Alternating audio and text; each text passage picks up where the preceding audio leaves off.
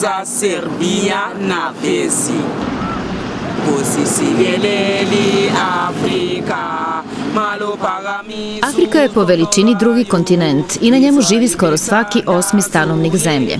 Južnoafrička republika ima praktično 3 prestonice, Bluefonte i Cape Town, gde je središte skupštine, Pretoriju kao glavni grad, gde se nalazi središte vlade, i Johannesburg, koji je i najveći i najbogatiji grad Južnoafričke republike, i u njemu se nalazi sedište Ustavnog suda ove zemlje. Južnoafrička republika ima ukupno oko 40 miliona stanovnika. Prvi Evropljani u Africi bili su Nemci i Holanđani, koji su sebe nazivali burima, što na holandskom znači seljak.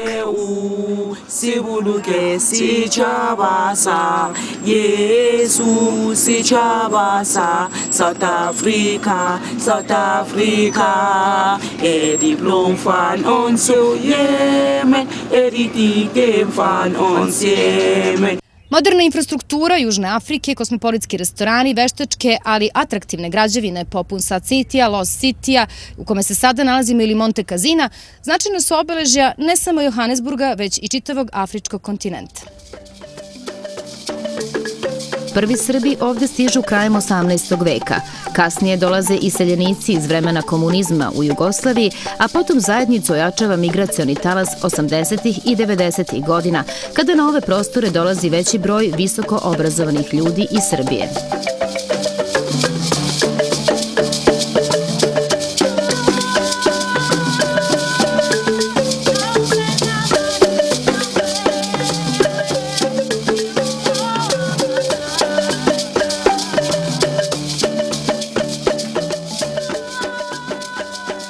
Da bismo stigli do Majka, bilo je dovoljno da izgovorimo ključne reči. Selo Parčilovica kod Aleksinac. Dovoljno da vam ruku pruži ekonomista koji je postigao zavidnu karijeru na afričkom kontinentu. Gospodine Miloševiću, recite mi gde se mi sada nalazimo? Emisija Srbije na vezi, mogu da vam kažem, je prva televizija koja je u prostorijama, kancelarijskim prostorijama Monte Casina, Cogosan grupe, 6. najveće kasino i hotelske grupe na svetu. Pre vas na ovim kompleksima bili su gotovo svi, od BBC-a do ABC-a, do Sky News-a, da ne nabrajam, CCTV, isto kineska, ali gde smo mi sada ste vi jedini i prvi do sada. Monte Casino danas privlači godišnje oko 9,3 miliona posetilaca iz celog sveta. Ova veštačka građevina je prototip toskanskog Monte Casina i smeštena je na 30 hektara, a od toga 15 hektara je pod krovom. To je trgovinsko-ugostiteljski centar, kazino sa pratećim objektima i turističkim atrakcijama. Od brojnih restorana i kuhinja iz celog sveta, na možda najlepšem mestu je restoran Coco Bongo, čiji su vlasnici Zoran i Zorica Pecelj iz Sarajeva. Miroslav Majk Milošević je 3. direktor ovog kompleksa i zadužen je za razvoj. Mi vam otkrivamo ko je još Majk Milošević. Čovek koji je ovde u ovoj zemlji imao prilike da, kao što sad s vama razgovaram, sedi i razgovara sa svim predsjednicima. Čovek koji je imao čast, odgovornost i dužnost da za gospodina Mendelu, kad je bilo inauguration, bude zadužen za catering. Niste ni znali da iz Srbije neko može za tog svetskog čoveka na broj 1 da organizuje, jeste, to sam bio ja. Šta još da vam kažem, iz malog sam sela tamo negde pored Aleksinca, Parčilovica se zove, i radio sam nekad u fabrici filtera Frad, kad je ono 90-ih, pre rata, bilo je očigledno da će se to dogoditi. Spakovao sam se i počeo ovde bez znanja jedne reči engleskog. I sada ste na ovako visokoj poziciji. Ja rad i trud, ništa više. Koliko ljudi zna u Srbiji da ste baš vi taj koji je ovde možda jedan od najglavnijih? Pa ne znam, ja sam malo sentimentalan prema vama, ja nerado dajem intervjue. Da vam iskreno kažem, kad dođem u moju Parčilovicu, niko i ne zna gde je Južna Afrika, a ne Monte Casino, i sednem s mojim starim drugarima i pijem pivo ispred zadruge, onako bos, najlepše mi je. Svetsko prvenstvo u fudbalu koje smo mi imali pre 2 godine, tačnije 2010. Mislim da je malo više informacija stiglo u Srbiju o nama. Obično su mislili Afrika, ono kao Afrika, gde ono, ja ono mušica, ono crnče sa mušicom koja mu ide okolo, niko nema pojma o kojim se bogatstvima radi, da mi ovde recimo u medicini imamo instrumente i opremu pre nego bilo ko u svetu. Naravno sve zbog para, naravno sve zbog zlata, naravno sve zbog dijamanata, ali je tako.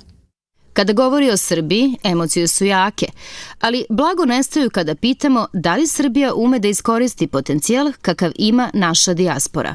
Niko tamo nema pojma na koliko važnih funkcija naši. Ja mislim, ne bih mogao, puno sam, više od 20 godina, 21 godinu sam udaljen, ne bih mogao da govorimo o trenutnoj situaciji, ali mogu da vam kažem o vremenu iz koga sam ja izašao, Srbija nije znala da iskoristi. Da li sada ume? Ne znam. Ali bi zato u Srbiji trebalo da znaju, jer kontakti koje mogu da ponude naši ljudi možda su najperspektivnije ulaganje u Srbiju.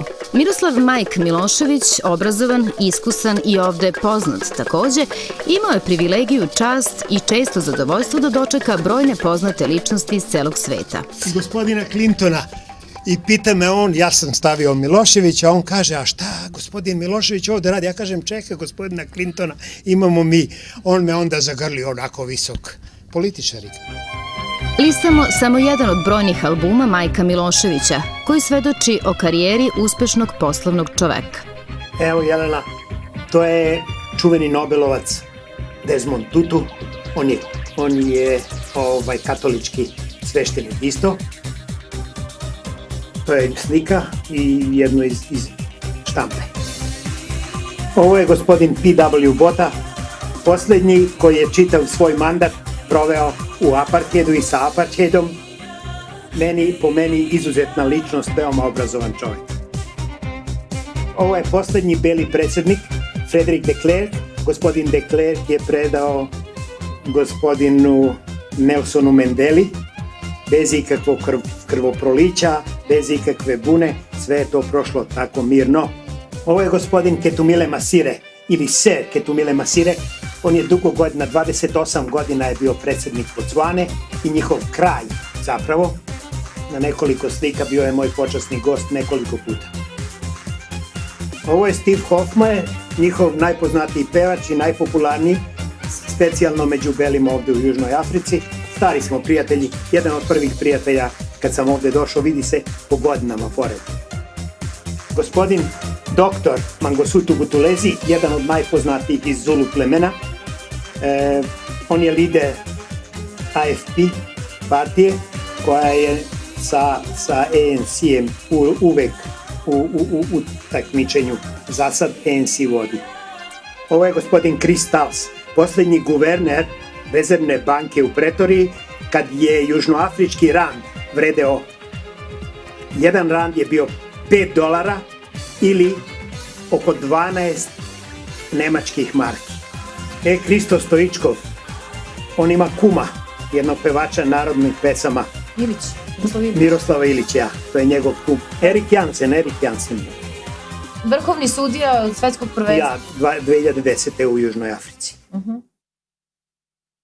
Evo, ovo sam dobio iz Srbije i tu je uvrstio u moje slike. Ovo je moj unuk, najstariji, zove se Aleksandar Milošević i to je 4. generacija fudbalera Morave i Žitkovca. Otac je bio 1. generacija, pa ja, pa sin, evo vidite i unuka, u istom tom plavo-belom dresu.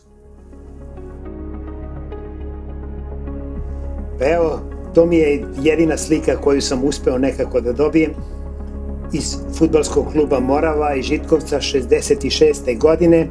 Toplica, Ljubiša, Pinter, Rade Ostojić, Prvoslav Mladenović, Viden, Mali Pinter i trener Bibac. On je nekada bio u Zvezdi. Čučej, to sam ja, ne znam da li još uvek ima neke veze. Pavle, Mića Milosavljević, Dragomir Dimić i Aca Jovčić. Čoveka na ovoj strani prepoznajete svi, gospodin Vladimir Vermezović, sadašnji trener Partizana, moja malenkost, i na drugoj strani je čuveni, najčuveniji Just van de Westhuizen, najčuveniji rakvista koji se teško razboleo u poslednje vreme, i to je bila poslednja slika. Ja jednu šaljem Vladi sada. Jelena mora da mu ponese. Hvala. John Smith je kapiten sa najdužim stažom u nacionalnom ragbi timu Južne Afrike, čuvenim Springboksima. Oni su ovde ubedljivo najpopularniji ljudi. Zahvaljujući našem čoveku, Miroslavu Miloševiću, jednom od direktora Montecasina, mi smo dobili fotografiju sa Johnom Smithom i naravno njegov autogram. Pored izuzetnog uspeha u poslu menadžera, talenat za glumu donosi mu zanimljivu ulogu. Dubler Roberta De Nira u filmu Casino, uloga koju je zapamtila i pevačica Celine Dion. 2006. sam bio izabran za dublera, ne znam da li se svi gledalci sećaju filma Casino sa Robertom De Nirom. Ja sam bio izabran za dublera, kažu najsličniji pod ovim podzemljem. I onda 2008. dolazi gospođa Celine Dion na ovom istom mestu, ja nju dočekam. Gospođo Dion, ona govori francuski, ja joj se na francuskom obratim, kaže gospođo Dion, dobrodošli.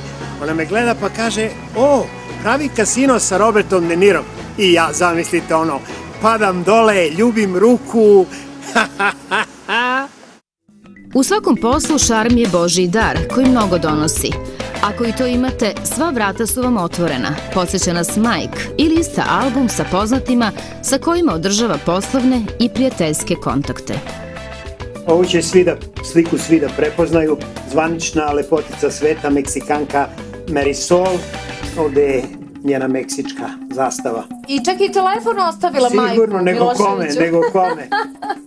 Ovo je princeza Sibusile Zulu, najstarija kćerka od kralja Goodwin Zvelatinija, kralja Zulua.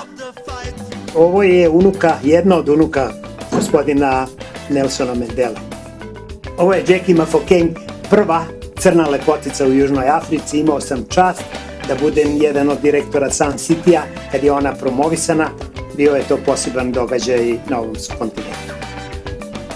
Dobro, dragi moji gospodine Miloševiću, ko je sada ovde i da li će i ova slika moći da uđe u ovako bogat album? To sam ja, Jelena i Mita iz emisije Srbija na vezi. Taj će imati počasno mesto u mom albumu.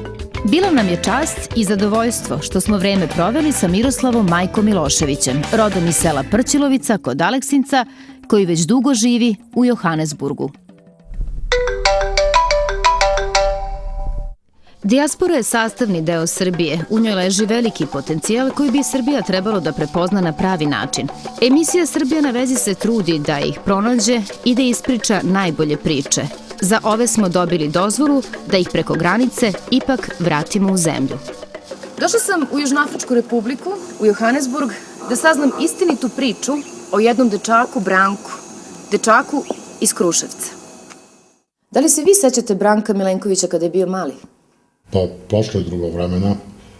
Branko Milenković je živao sa Bakagenom, koja je bila učiteljica u Kruševcu, do njegove 15. godine, kada je ona umrla, i posle toga snalazio se kako je mogao od 15. do 24. godine uz pomoć njegovog strica koji danas živi u Beogradu, Svete Milenkovića. Sada kao uspešan poslovan čovek u svetu, on će vam verovatno reći da je to bila ludost. U 24 godine bez znanja engleskog jezika i sa manje više 200 maraka u džepu otići u Južnu Afriku, nepoznatu zemlju, drugi kontinent, gde nikoga nije znao, stvarno je bila ludost. Mislim da je Branko bio malo srećan, rođen pod srećnom zvezdom i zato je uspeo u svom poslu i životu. Njegova životna priča liči na hollywoodski film, jer je u Južnoafričku republiku pošao za boljim životom, vrlo hrabro i sa malo para. Branko kada je stigao u Južnu Afriku, on je imao samo oko 200 maraka, u to vreme bile su marke na evra, i za tih 200 maraka je mogao sebi da obezbedi garsonjeru sa krevetom za 4 nedelje, i to je bilo sve. Bilo je dana kada je Branko morao da odluči da li za 2 marke, približno 20 dinara, da kupi kiflu i kiselo mleko ili da popije espresso. Puno puta Branko je odlučio da popije espresso i razlog za to je bio kada bi napuštao kafić posle espressa, on bi, tako reći, ukrao 10-15 kesica šećera koji bi koristio noću kada je gladan umjesto hrane. Branko Milenković je radio u kazinu kao menadžer i pošto je bio mlađi, jači momak, njemu su dali najgoru smenu, noćnu smenu u kazinu koji se nalazio u najzloglasnijem delu grada, koji se zove Hillgrove. What? The TV. Ciao, bye. Bye. Bye. Bye. A ko ste vi, gospodine? Ja sam taj Branko Milenković koji je kao momak napustio Kruševac sa 24 godine i koji je uz pomoć boksa stigao na vrh sveta i zadnje 3 godina proglašavan najboljim promoterom boksa na svetu. Brought to you by Branko Sports, best in boxing. Danas, 20 godina kasnije, Branko Milenković može da se pohvali da je 3 puta proglašavan najboljim promoterom na planeti i jedini je promoter iz Južne Afrike koji je 2 puta proglašen najboljim u svetu. Organizovao je oko 350 mečeva, čija organizacija košta i do 2 miliona evra.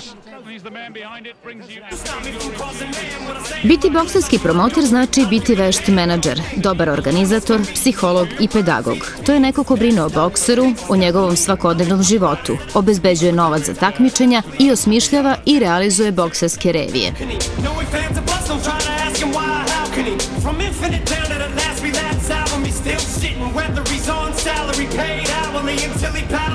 Moja bokserska karijera je počela 1997. godine.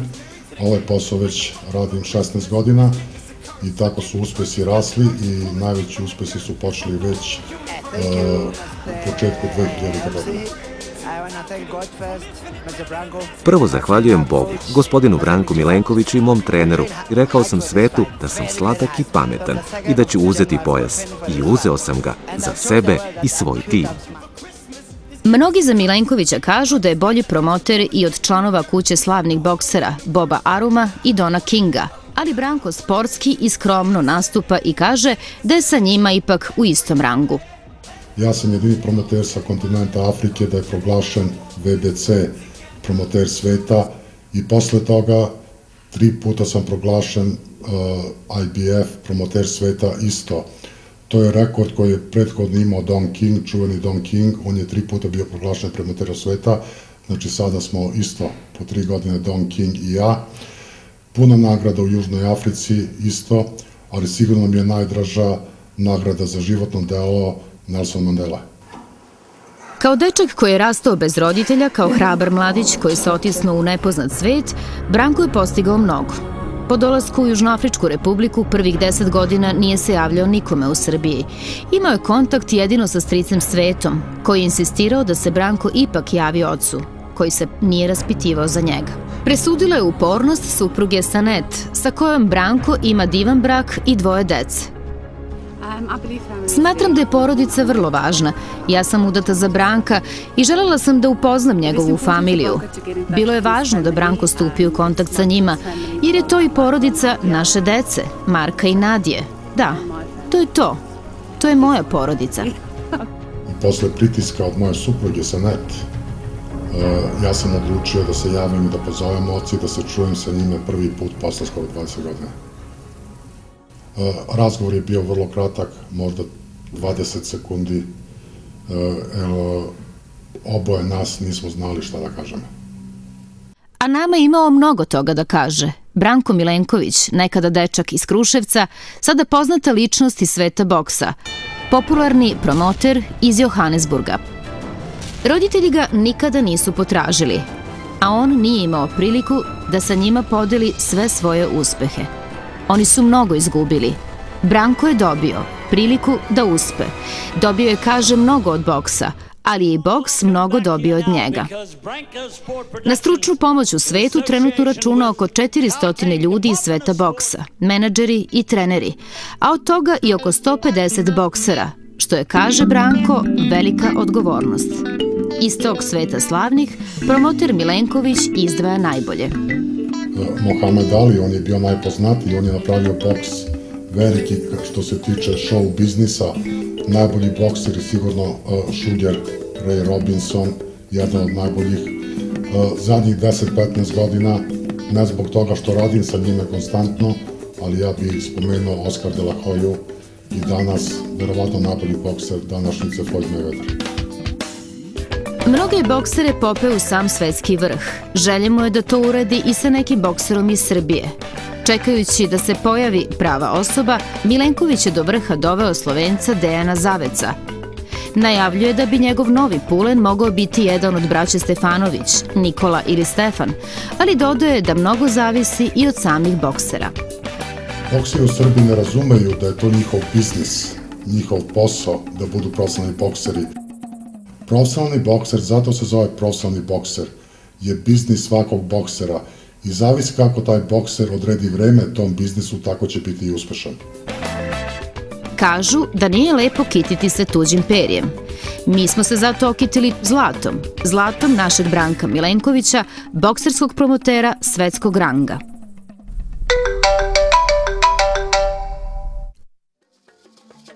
Večita dilema mladih u Srbiji je ostati ili otići. Večita muka njihovih roditelja je zadržati ih ili pustiti. Veliki problem Srbije je kako ih sačuvati, a najveći greh je za njih se ne raspitivati. Miki Milovanović posle više od 20 godina je uveliko afrički Srbin. Ja sam završio školu u Sremskoj Kamenici u 14. klasi. Radio sam u Republičkom SUP-u. U Sremskoj Kamenici sam bio jedan od vrhunskih pitomaca. U Republički sam SUP došao da radim po svojoj želji, da bih godinu dana kasnije trebao da odem na Vojnu akademiju. Kao jedini iz klase? Kao jedini iz 14. klase. Nisam otišao iz nekih određenih razloga. Razloga što je u tom trenutku otišao neko ko je imao bolje veze, neko kome je ujak bio načelnik tadašnje Vojne akademije, iako nije bio ni blizu onome što sam ja postigao u svom školovanju. I to je možda bio jedan od razloga za razočarenje u posao koji sam se tada bavio. Bolno saznanje da protekcija vlada svuda u okruženju ne koleba mladog policajca i on traži novu šansu u svojoj zemlji. Opredelio sam se sportu, boksovao sam i u Sinđeliću i posle godinu, 2-3 sam došao do državnog prvenstva gde sam osvojio titulu, godinu posle toga još jednu, godinu posle toga još jednu. I u tom trenutku je tih godine bavljenje full kontaktom i kickboksom postalo trend u Beogradu. Neki jaki momci se pojavili koji su otvarali klubove po Zemunu, 25. maja, Banjica, a razlog za to je bio moj dolazak u Južnu Afriku. U novinama se uskoro pojavio oglas za mogućnost emigracije u Južnu Afriku. U Johannesburgu je po organizaciji agencije iz Beograda bio smešten u najgori deo grada u hotelu sa emigrantima iz Srbije i ostalih afričkih zemalja, blago pomešani sa gangsterima iz Nigerije i prostitutkama iz okolnih država. Nije birao poslove i počeo je ovako. Pomoćnik autolimera, pošto nikad nisam držao čekić u ruci u životu pre toga, šmirglanjem haube na automobilima, ubacivanje kredita u kockarnicama u poker mašine, krupije na blackjacku, krupije na ruletu, krupije na pokeru, pa asistent menadžera kazina, pa menadžer kazina, pa vlasnik kazina, pa supermarket. Između toga bilo je drugi kazino, treći kazino, četvrti kazino, zatvaranje kazina, otvaranje kazina. U to vreme u Južnoj Africi se pojavljuju ilegalna kazina, zemlja nije imala zakon o kocki i to je bila šansa za brzo pravljanje para. I gde je Miki sada i šta radi? Miki sada ima franchise kompaniju to se kod nas zove lanac restorana, jel? Imam 12 restorana u Južnoj Africi, imam fabriku hrane, snabdevam veliki lanac supermarketa, imam ugovor sa par kompanija o snabdevanju, imam par property kompanija koje se bave izdavanjem stanova, industrijskih objekata. Nije sve ovdje išlo tako lako, sa setom priča Miki, sada ugledni poslovni čovek. U životu se nikada ne treba predati. Ja sam ovdje došao bez znanja jezika, bez para, bez pomoći familije i prijatelja. Podsjeća, i to u potpuno nepoznatu zemlju kojoj je u to vreme pretio građanski rat. Osim u poslovnom i duhovnom životu, ostvario se i kao roditelj. O ćerki Minji, koja je u Južnu Afriku stigla sa 6 godina, priča sa ponosom i kaže da misli da ju je usmerio na pravi put. Završila je srednju, osnovnu, diplomirala je u Cape Townu psihologiju, postdiplomske studije završila u Johannesburgu psihologije, pre 6 meseci je magistar psihologije, radi na fakultetu pri Svetskoj zdravstvenoj organizaciji i priprema se za svoj doktorat u psihologiji. Proputovao je svet i uvek je povratak u Južnu Afriku, kaže, bio povratak kući. Šta je tebi mama rekla kad si otišla? Mama je uvek mislila da sam ja budala, u smislu kako mogu da odem, da ostavim sve što imam tamo. Tata je sve napravio, nama ništa ne treba, sve imaš ovde, kad ćeš da se vratiš kući? Mama meni dan danas pregovara da ja ovde ništa nemamo, da ona sve ima tamo. Ako bi ti ćerka rekla da hoće da ode bilo gde, kao što si ti svojim roditeljima rekao da hoće da ideš bilo gde, šta bi joj rekao kao tata? Ne samo da bih je savjetovao da ode, ja konstantno njoj dajem ideje da odlazak na doktorat u Englesku ili u Ameriku i Australiju je odlična ideja i smatram da bi to bilo fantastično za nju, za uspeh, za karijeru, za život, za budućnost i u svakom slučaju bi je podržao do kraja. Njegov životni moto je, kaže, sve što ste u životu želeli i niste postigli, znači da niste dovoljno jako želeli. Ili sebe smatraš uspešnim čovekom sada? Uspešnost ne smatram u tome koliko sam u životu uradio ili napravio. Uspešnost smatram s tim koliko sam sazreo kao osoba, šta cijenim u životu, šta ne cijenim. Uspešnost smatram time koliko prijatelja imam oko sebe, koliko ljudi volim i koliko me volim. Neprijatelja nemam i mislim da je to ogroman uspeh i to je za mene najveće bogatstvo. Ja smatram svoje zdravlje svojim bogatstvom, pre svega. Šta bi posavjetovao ljudima, mladim ljudima koji imaju ideju da odu kao ti nekad, bilo gde? Danas sam na svoj laptop stavio kao screen saver znak Nike, just do it. Uradite. Ne razmišljate. Južnoafrička republika je lepa zemlja i prepuna kontrasta koji se osjećaju i u razgovoru sa našim ljudima. Iako je ovo život u zlatnom kavezu i iako je, kako kažu, obećana zemlja, za 20 godina, procenjuje Miki Milovanović, ovo ipak neće biti zemlja u kojoj planira da dočeka penziju.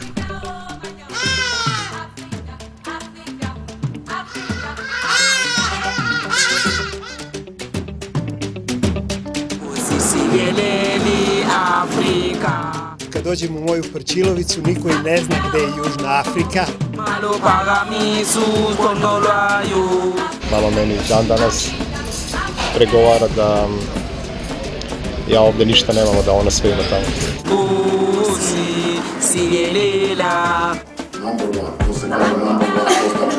Srbija na vezi.